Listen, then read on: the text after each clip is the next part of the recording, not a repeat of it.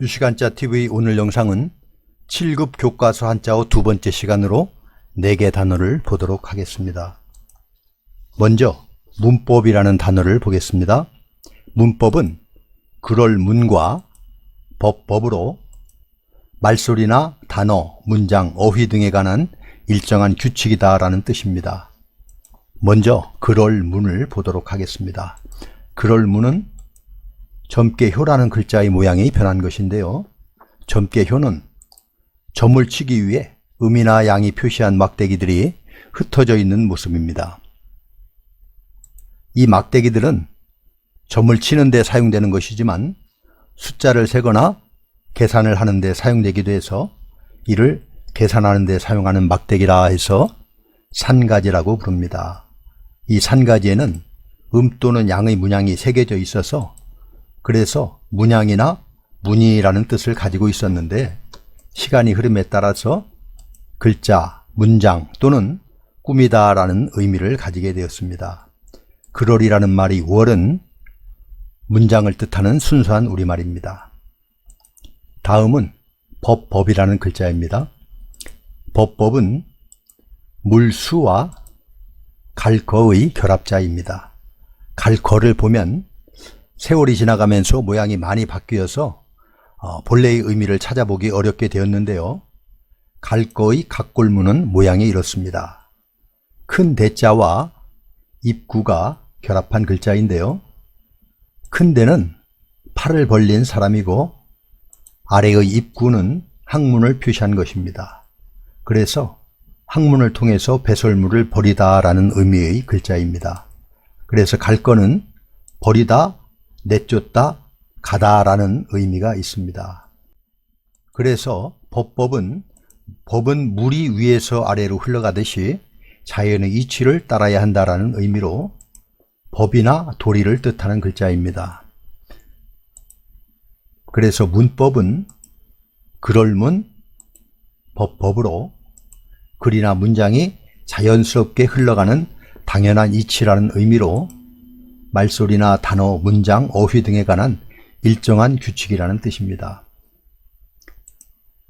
다음엔 방법이라는 단어를 보겠습니다. 방법은 모방과 법으로 어떤 목적을 달성하기 위하여 취하는 수단이다 라고 되어 있습니다. 모방을 보겠습니다. 모방은 손잡이가 달린 쟁기의 모습을 본뜬 글자입니다. 밭을 갈 때는 소가 일정한 방향으로 나아가기 때문에 방향이라는 뜻이 생겼고 밭이 사각형이었기 때문에 네모라는 뜻도 생겼습니다. 네모는 모가 4개라는 뜻이고요. 쟁기는 밭을 가는 도구이기 때문에 방법이나 수단이라는 뜻도 가지게 되었습니다. 법은 조금 전에 우리가 보았죠. 법은 물이 위에서 아래로 흘러가듯이 자연의 이치를 따라야 한다는 의미로 법이나 도리를 뜻하는 글자입니다. 그래서 방법은 모방, 법으로 한자 그대로 해석을 하면 법을 이루기 위해 취하는 수단이다 라는 의미로 어떤 목적을 달성하기 위하여 취하는 수단이라는 뜻입니다.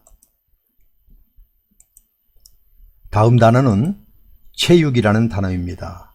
체육은 몸체, 기를 육으로 건강한 몸과 운동 능력을 기르는 일이라고 할 수 있겠습니다. 먼저 몸체를 보겠습니다. 몸체는 뼈골과 풍년풍의 결합자입니다. 뼈골은 머리뼈, 또 어깨뼈, 그리고 갈비뼈를 그린 모습으로 보면 쉽게 이해할 수 있습니다. 아래는 살을 의미하는 육달월이지만 살의 의미는 현재는 없어졌기 때문에 뜻에는 아무 지장이 없습니다. 그리고 풍년풍은 구불곡과 콩두가 위아래로 연결된 글자인데 콩두는 제사 지낼 때 쓰는 굽이 높은 제기입니다. 그 그릇 위로 수북하게 진열된 음식이나 곡식의 모양을 나타내고 있습니다. 그래서 풍성하다, 가득하다, 풍년 등의 뜻을 가지고 있는 글자입니다. 그래서 몸체는 뼈골과 풍년풍이 합쳐진 글자로서 뼈와 풍성한 살이 합쳐져서 몸을 이룬다는 의미로 몸, 신체, 물체 등의 뜻을 가지고 있습니다. 참고로 몸이 사람의 근본이라는 뜻에서 몸체의 약자로 이렇게 쓰기도 합니다. 기를 6을 보겠습니다. 기를 6의 윗부분은 아들 자를 180도 뒤집어 놓은 모습입니다. 머리 부분이 아래로 향하고 있는 모습은 아기가 태어나고 있는 모습입니다. 글자의 아랫부분은 몸을 의미하는 육달월이라고 하는데, 이것은 고기 육이 붓으로 쓰일 때는 달월 모양으로 변하여 쓰는데 달월과 구분하기 위해서 육달월이라고 그렇게 부릅니다. 그래서 아기가 태어난 후 어느 정도의 몸이 크게 되기까지 기르는 것을 표현해서 기르다, 자라다 등의 뜻을 가지고 있습니다. 그래서 체육은 몸체, 기를 육으로 글자 그대로 해석을 하면 몸을 건강하게 기르는 것이라고 말할 수 있겠고, 사전적으로는 건강한 몸과 운동 능력을 기르는 일이라고 되어 있습니다. 마지막으로 체험이라는 단어를 보겠습니다. 체험은 몸체, 시험험으로 몸소 경험하는 것을 말합니다. 몸체는 방금 살펴보았죠. 뼈골과 풍염풍의 결합자입니다. 그래서 뼈와 풍성한 살이 합쳐져서 몸을 이룬다는 그런 의미로 몸, 신체, 물체 등의 뜻을 가지고 있습니다. 시험험을 보겠습니다. 시험험은 말마와 다첨이라는 글자가 합해져서 만들어졌습니다. 말마는 말이 모습이고요.